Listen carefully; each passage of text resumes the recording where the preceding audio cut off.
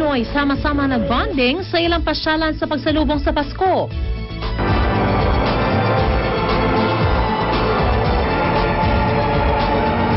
Mga simbahan, punuan na para sa tradisyonal na Misa de Aguinaldo.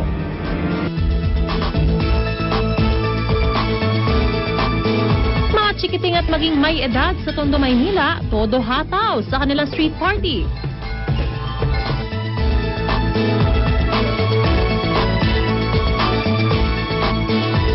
Sa kabila ng kanilang sinapit, mga nasunugan sa Tondo at Muntinlupa, may dahilan pa rin para magpasalamat ngayong Pasko.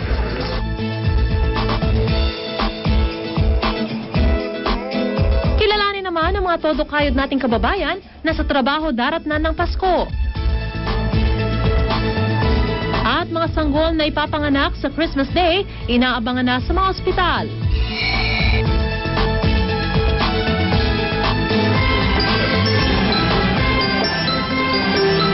Ilang minuto na lamang mga kapuso, Pasko na. Kasama niyo Liga ng Katotohanan, ihahatid namin sa inyo ang pinakamahalagang balita ngayong Christmas Eve. Live mula rito sa Luneta sa lungsod ng Maynila, ako po si Mark Salazar. At live mula rito sa GMA Network Center, ako po si Mariz Umali. Hindi nababawasan, Maris, ang kapal ng tao dito sa Luneta. In fact, nadadagdagan pa nga habang lumalapit ang salubong sa araw ng Pasko. Alamin natin ang dahilan mula sa ating mga kapuso kung bakit pinili nila ang Luneta para salubungin ang araw ng Pasko sa aking report. Pami-pamilya ang nasaksihan kong mas piniling magpasko hindi sa kanilang mga tahanan, kundi dito sa Kilometer 1 kung tawagin, ang bantayog ng ating pambansang bayani. Ibang-iba naman na kasi ang Luneta ngayon, parang theme park. May alatram train para maikot ang kagandahan ng parke, may mga kalesa, at syempre ang bumibihag ng imahinasyon ng parehong mga bata at matanda, ang dancing fountain na ito. No, kasi minsan na namin mapasyal yung mga bata. Enjoy na. Nag-enjoy ba ang mga bata? Okay naman po. Nag-enjoy naman. Family reunion at sightseeing naman ang sadya ng mga taga-Negros na pamilyang ito. Maganda siya at maayos, okay siya, peaceful at saka ibang-iba na kaysa noon. Agaw eksena naman ang isang lalaking sinasamantala raw na ibahagi ang leksyon ng Pasko. May paraan ng Panginoon upang ang tao magkaroon ng kaligtasan at mapatawad ang lahat ng karumihan. Sa ganitong lugar na makulay at nakapaligid lamang ang mga pagkain pang chikiting, hindi aantukin ang mga batang maghintay ng salubong sa Pasko. Sa bahay. Dito po. Bakit? Kasi po, ano po, masarap pong maroon doon. Nang? Opo. Pero may isang batang tumatanaw lamang sa mga pamilya dahil nag-iisa siya rito. Hindi para sumalubong sa Pasko kundi maghanap buhay. Wala, isa lang ano ko kasi bigyan ako ng babae. Pagbenta to sa akin. Isa pa lang nabebenta mo? Magkano nang napagbentahan mo? Magkano na? Wala pa. Sinasabing mas para sa bata raw ang saya ng Pasko at kitang-kita rito na yan ay totoo. Maliban sa ilan na ang tingin sa Pasko ay pagkakataon para maitawid ang kanilang pamilya sa gutom. Para naman sa ilang pamilyang Pilipino, hindi kumpleto ang Noche Buena kung walang nakahaing lechon. Katunayan, sumipa nga ang bentahan ngayong araw sa tinaguriang lechon capital ng Pilipinas, ang La Loma, Quezon City. Saksi dyan si Jay Taruk. Sa aming bahay, ang aming handa, may lechon na sobrang dami. Lechon, masarap na lechon. Ito ang dahilan kung bakit nangingintab ang labi ng mga Pilipino tuwing Noche Buena. Hitik sa kolesterol. Hindi raw kompleto ang Noche Buena kung walang nakaparadang lechon sa lamesa. Paborito ng pamilya niya yan. Opo. Marami kayong kakain niyan. 10 lang po. 10 lang. Konti lang. Opo, konti lang.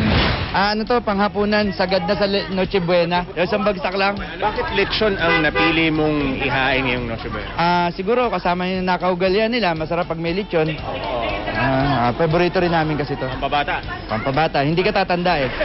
Dito sa La Loma, Quezon City, ang tinaguriang Lechon Capital of the Philippines. Talagang manlalaway ka sa kaliwat kanang bentahan ng lechon. Kaya naman dinarayo ito, lalo na sa bisperas ng Pasko. Saan ba bagay yung lechon? Sarap papakin eh, di ba? Oo. Ano pa? Saan ba? Sa mga ulam, Pulutan. May inuman Actually, mamaya. May inuman. Siyempre, meron. Ito ba? Talagang masarap at saka parang hindi sila kontento pag walang handang lechon. Kulang. Parang kulang na kulang. Ang malutong na balat at malasang laman daw ang hinahanap-hanap ng mga Pilipino sa mga espesyal na okasyon gaya ngayong Pasko. Lahat ng klase ng pamilya, miski mahirap, miski mayaman, talagang lechon ang hinahanda. Talaga. Oo. Sa dami nga naman ng mga order sa iba't ibang litsunan dito sa La Loma, ang mga nagtitinda, tsak na mering-mering Pasko. Marami na ho ba bumili? Marami na po. Tansya nyo lang ha, nakakailang lechon na ho na benta niyo. 10 buo. Baka maano kami. Tansya nyo lang, tansya. 100. Buong lechon man o tingi-tingi, ligaya ang dala ng lechon sa pamilya. Mag-ingat lang sa dire-diretsong pamamapak dahil baka ang ating mga puso naman ang masobrahan. Ako si Jay Taruk, ang inyong saksi. Mula rito sa Luneta, kamustahin naman natin ang kasiyahan dyan sa Quezon City Circle of Fun. Naroon live ang ating saksing si Dano Tengpungko. Dano? Mark, hindi lang mga simbahan ang nagliliwanag ngayong bisperas ng Pasko, kundi pati na rin ang mga karnaval tulad ng dito sa Quezon City Memorial Circle na patok, hindi lang sa mga pamilya, kundi na rin sa mga magbabarkada. Ramdam na ramdam ang bisperas ng Pasko dito sa Circle of Fun, dito sa Quezon City Memorial Circle. Saan ka man kasi lumingon, kitang-kita ang mga pamilyang nag-e-enjoy na ipinagdiriwang ang Pasko sa theme park. Tulad na lang ng pamilya Maniego na dito nasasalubungin ang Pasko para ipasyal ang mga kaanak na galing pang Quezon Province. Hahabol naman daw sila sa Noche Buena sa bahay pero mas masaya raw talaga dito sa Carnival. Ang mag-asawang Bill at Rowena Sablon naman, regalo sa dalawa nilang chikiting ang pagbisita dito sa Circle of Fun. Galing pang Iloilo ang kanilang mga anak at kulang naman daw kung ang mga laruan lang ang ibibigay nilang pangregalo. Kabilang sa mga patok na rides dito ang tinatawag na Wild Wind, Water Ball, Sea Dragon, Magic Dance at ang classic na merry-go-round. Pinasyal lang namin yung nanay namin, mother, lola niya, galing probinsya. Yung mga bata, kasama niyo rin. Galing silang Pampanga. Saan ito? Parang regalo niyo? Oo, sa nanay namin. Kaya mag-picture taking. Yung mga bata. Mas masaya ba rito kayo sa bahay? Opo. Kasi yung anak ko galing probinsya ito, pinasal ko lang. Yung panganay ko po. Galing sa Puri. Iloilo po. Iloilo. Talagang special dito. Mga nandito yan, yung mga palaro na para sa mga bata.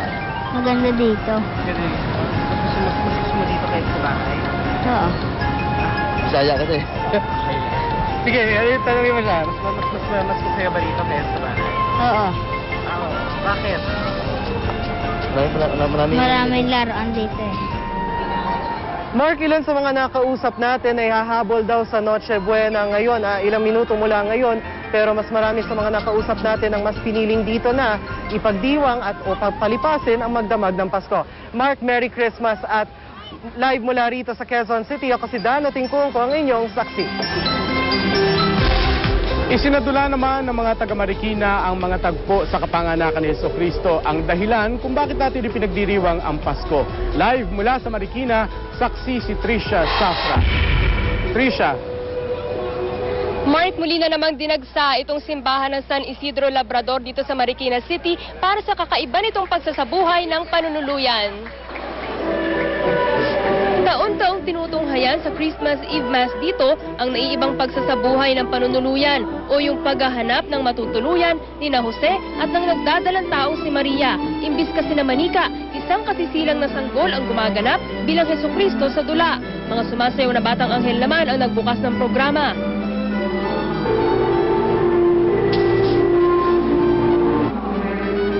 Saka sinimulan ang kwento ng pagdadalang tao ni Maria sa kapangyarihan ng Espiritu Santo.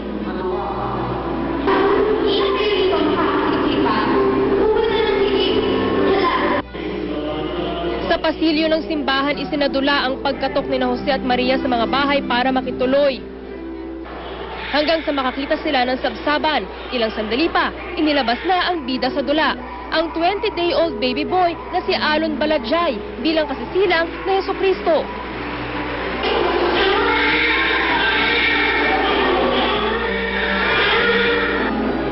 Yun nga lang, dahil totoong baby ang gumanap na Jesus, may mga di inaasahang pangyayari gaya ng pag-ihi ng bata kanina sa kamay mismo ng pari. Kasi na-express naman po nila yung nangyari doon sa doon kay Jesus. Mas maganda yun para naipapakita na sa tao na gano'n nang nangyari. Hindi gumagamit na ibang bagay lang, hindi katotohanan. Ang pagsasadula ng panunuluyan, palatandaan daw ng pagmamahal at pagbibigayan na isinabuhay ni Hesukristo. Sana itong diwa nito ay may sabuhay nating lahat. Nagmamahalan tayo, nag-iibigan tayo, at lubos tayong sumusunod lagi sa kalooban ng Diyos. At yan, Mark, ang pinakatampok na kaganapan mula rito sa Marikina City ngayong panahon ng Kapaskuhan. Maligayang Pasko sa ating lahat. Ako si Tricia Zafra, ang inyong saksi. Nagpabonggahan naman ang mga float ng mga pelikulang kalahok sa Metro Manila Film Festival sa tinaguriang Parade of Stars. Saksi si Aubrey Caramel. Kanya-kanyang gimmick ang mga float sa taunang Parade of Stars ng mga pelikulang tampok sa 2010 Metro Manila Film Festival. Nauna ang float ng indie films na tampok din sa festival. Paskong Pasko naman ang tema ng float ng Tanging Ina Mo, Last na To.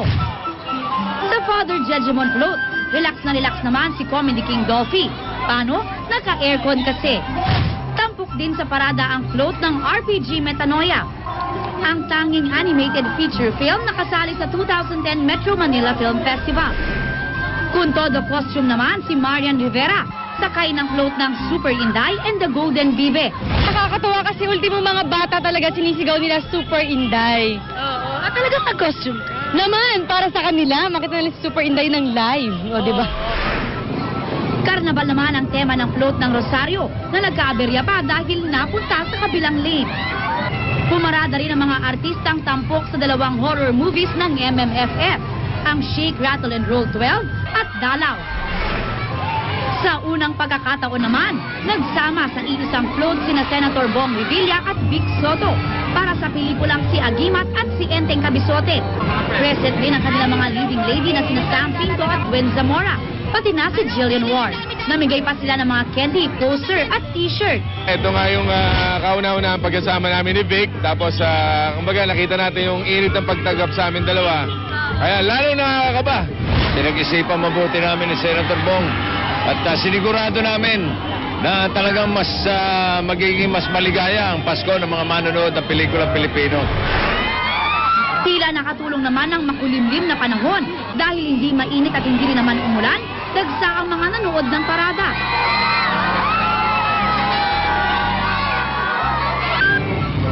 Bukas, araw ng Pasko, ang pagbubukas sa mga sinihan ng MMFF movie. Ako si Aubrey Caramel, ang inyong saksi. Samantala, tuloy pa rin ang pagdiriwang ng Pasko para sa mga nasunugan sa Kupang Muntinlupa.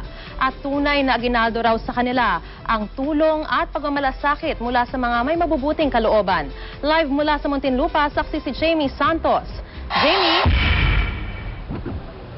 Maris, pilit na bumabangon ng mga nasunugan dito sa Kupang Muntinlupa. Kaya naman daw kahit ang napunta sa walang kanilang mga pinaghirapan, masaya pa rin daw nilang sasalubungin ang Pasko ngayon.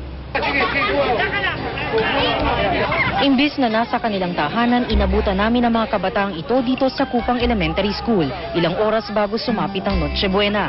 Namimigay sila ng mga sandwich at nakastyroong pagkain sa mga pamilyang dito sasalubungin ng Pasko matapos maabo ang kanilang mga tirahan sa sunog kagabi. Magpipinsan daw sila na taga Muntinlupa rin, na matapos mabalitaan ng tungkol sa sunog ay naisipang magbahagi ng kaunting biyaya na natatamasa ng kanilang pamilya. Nakakalungkot pero alam naman namin na makakaahon din sila kasi marami ding tutulong sa kanila. Sa murang edad na 10, alam na ni Rizal Balagtas ang kahulugan ng tunay na diwa ng Pasko. Masaya po. Bakit? Kasi po nakatulong po ako sa mga kabataan po namin sa Muntinlupa. Maya-maya, isa pang grupo ng kabataan ang namataan naming namamahagi ng mga damit sa mga nasunugan. Huwag po tayong sumuko sa mga gantong pagsubok. tuloy lang po natin yung buhay. Laking pasasalamat naman ang mga naambunan ng tulong ngayong gabi dahil kahit papaano may pagsasaluhan silang Noche Buena at payakman daw ang kanilang selebrasyon, ang mahalaga raw ay buo silang pamilya na sasalubungin ng Pasko. Wala nga po halos kaming natira, ma'am, na gamit. Mahalaga po, ma'am, wala namang naano sa amin. Nagpapasalamat po kami sa lahat ng nagbigay sa amin ng tulong. Malaking bagay na po rin to. Ayon sa mga nakausap nating nasunugan ng mga simple act of kindness na natatanggap nila ngayon, ang nagbibigay pag-asa sa kanila sa gitna ng pagsubok. Kaya isang maligayang Pasko rin daw ang pagbati nila Marisa at Mark. Mula rito sa Muntinlupa, ako si Jamie Santos, ang inyong saksi. 63 pamilya naman sa Baseco Compound sa Tondo, Maynila ang nawala ng tirahan sa sunog kaninang umaga. Gayunman, may dahilan pa rin daw sila para magpasalamat ngayong Pasko. Ang ilan namang taga-Tondo, todo hataw sa kanilang taunang street party. Saksi si JP Soriano. Hindi lang sa kanilang mga bahay-bahay, kundi apaw pa hanggang kalsadang pagdidiwang sa Pasko ng mga taga-Tondo, Maynila. May ilan pa nga umindak sa pinausong sayo ng noontime show na Itbulaga. Pati si Lola, napasyembot din. May ilan naman naguling hirit pa sa pangangaraling. Pero di lahat ng mga taga-Tondo masayang sasalubungin ang Pasko. Dito sa Baseco Compound, mahigit 60 pamilya ang nawala ng tirahan sa isang sunog kaninang umaga. Walang bogang Noche Buena, walang kantahan at sayawan. Ang ilan sa kanila sa evacuation center na magpapalipas ng Pasko. Pero may ibang gaya ni Flora Bulan na piniling bumalik sa kanilang titirigan ng kanyang naabong bahay. Nawalan man ng mga ari-arian, may mga ipagpapasalamat pa rin daw si Flora ngayong Pasko. Masaya rin po dahil Pasko, pero ligtas po ang buhay namin lahat na magkakapatid. Wala po kami nadampot kahit so isang gamit po. Buti nga po, nakapako po yung pamangking ko na 4 na buwan. Ako si JP Soriano, ang inyong saksi. Dalawang magkahiwalay na sunog din ang sumiklab sa lungsod ng Makati ngayong bisperas ng Pasko. Umabot sa Task Force Charlie ang sunog na tumupok sa ilang bahay sa Barangay Pitogo, South Sembo. Hinala ng ilang residente, nagsimula ang sunog nang sumabog ang LPG tank sa isang bahay. Mahigit 5 milyong pisong halaga naman ang ari-arian ang natupok sa sunog sa Guadalupe Bliss Housing Compound sa Barangay Sembo. Umabot sa Task Force Bravo ang sunog. Ayon sa Bureau of Fire Protection, kadalasang tumataas ang insidente ng sunog kapag buwan ng Disyembre. Hindi naman nakaligtaan ang pamilyang Pinoy na magsimba ngayong Christmas Eve. Sa Manila Cathedral, espesyal ang Misa de Aguinaldo. Saksi si Rafi Tima. Maagang napuno ang Manila Cathedral para sa tradisyonal na Misa de Aguinaldo. Dito karaniwang nagtutungo ang mga Manileño para magsimba bilang pagsalubong sa Pasko. At sa kauna-unahang pagkakataon ngayong Kapaskuhan, hinandugan ng mga awiting pamasko ng bagong buong Manila Cathedral Basilica Choir ang mga maagang nagtungo sa simbahan. Ilang buwan pa lang nabubuo ang choir na siya magiging opisyal na choir ng Manila Cathedral. Dati po ang kumakanta yung mga seminarista ng San Carlos Seminary.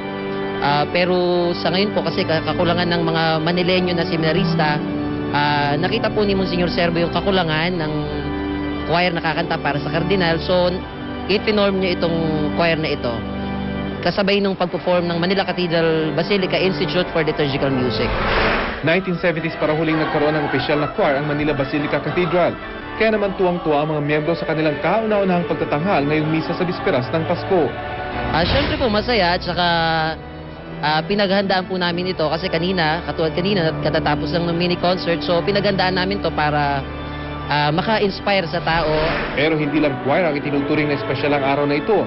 Ang kilalang Amerikanong organista si Ken Weber, 3 taon naman ang pabalik-balik dito sa Manila Cathedral tuwing panahon ng Kapaskuhan bilang guest organist.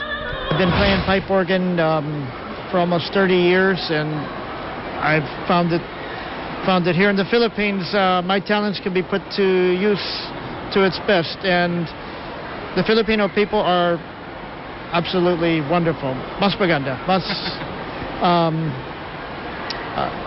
gusto ko lahat dito. Pero may espesyal mang presentasyon ng simbahan o wala, magsisimba pa rin ng marami nating kababayan sa bisperas ng Pasko upang ipagpasalamat ang mga biyaya mula sa may kapal. Ako si Rafi Tima, ang inyong saksi. Narito sa Luneta. At sama-sama nating saksihan.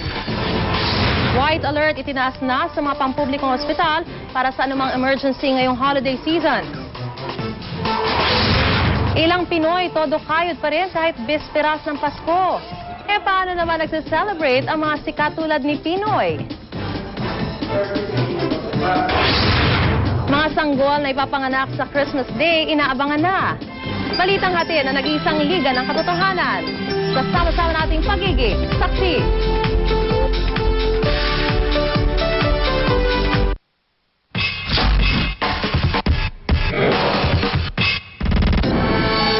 Naka-white alert na ang lahat ng pampublikong ospital mula ngayong araw na ito ayon sa Department of Health. Yan ay para masigurong matutugunan nila ang anumang klase ng emergency ngayong holiday season.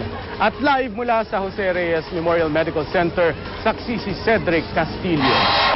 Cedric. Yes, Mark. Sa panahon ngayon, hindi lamang sa tuwing magbagong taon na usong-uso itong pagpapaputo. Kaya naman magpapasko pa lamang ang mga ospital gaya ng Jose Reyes Memorial Medical Center ay nakahanda na para sa mga maaaring maging biktima ng paputok. Bisperas pa lang ng Pasko, 3 pasyente na napawang mga biktima ng paputok ang isinugod dito sa ER ng Jose Reyes Memorial Medical Center o JRMMC. Sa 3 ito, 2 ang pawang mga minor de edad na nasugatan at nagtamo ng first-degree burn sa kanilang mga daliri at kamay sa pamamagitan ng pagpapaputok ng pikulo. Kaya nga kahit sa bisperas pa ng bagong taon, inaasahan ng mga ospital ang karamihan sa mga biktima ng paputok.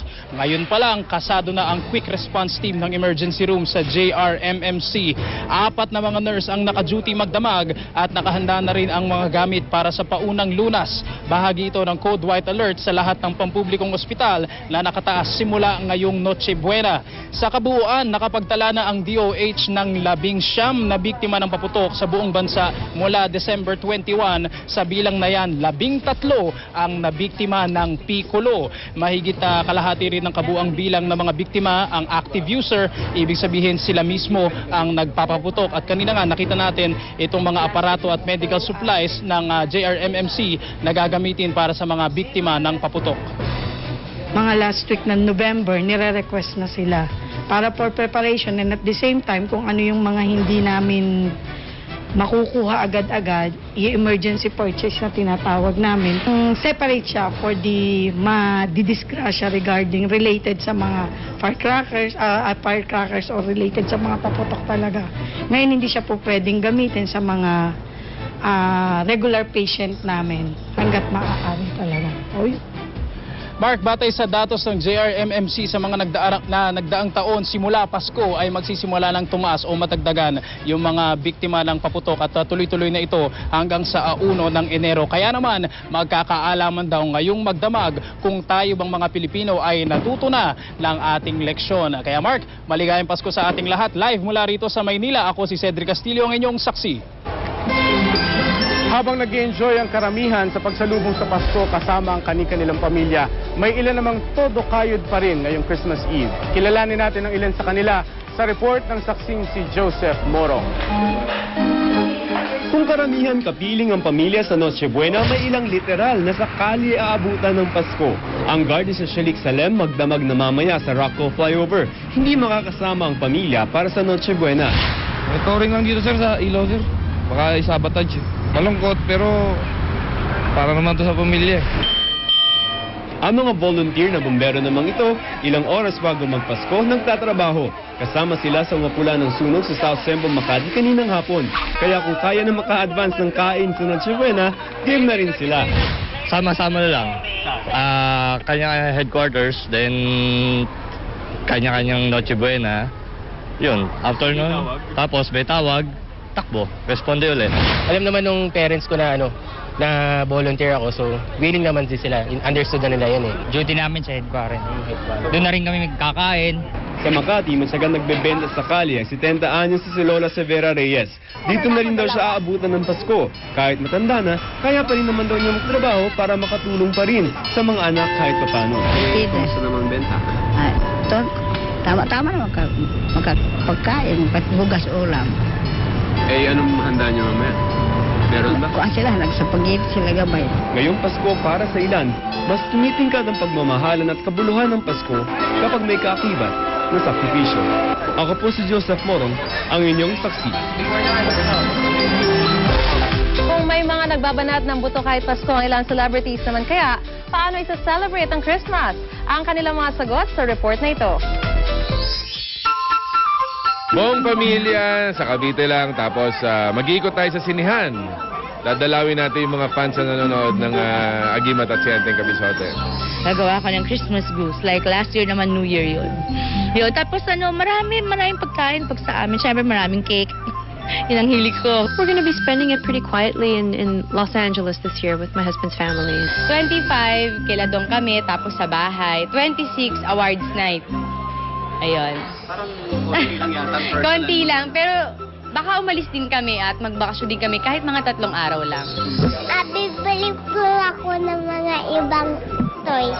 Sabi ko nga nung bata ako, bakit kaya walang parang exchange gifts? Parang walang nagbibigay sa akin ng regalo nung bata ako. So sabi ko ngayon, at least ma-experience din ng mga pamangkin ko na, ayun, magbigay ng regalo. Ano bang feeling pagka-Christmas na bubuksan niyo yung mga regalo and then kakain kayo ng Noche Buena. Merong lunch si Pangulo Aquino sa Christmas. Definitely meron siyang Christmas lunch with the family.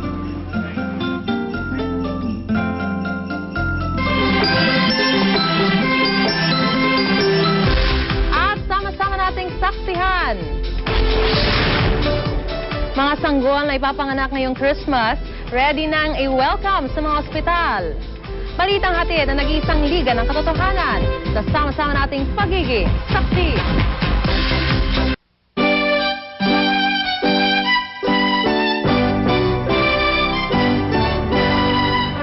Inaabangan na sa mga ospital ang mga sanggol na isisilang ngayong Pasko.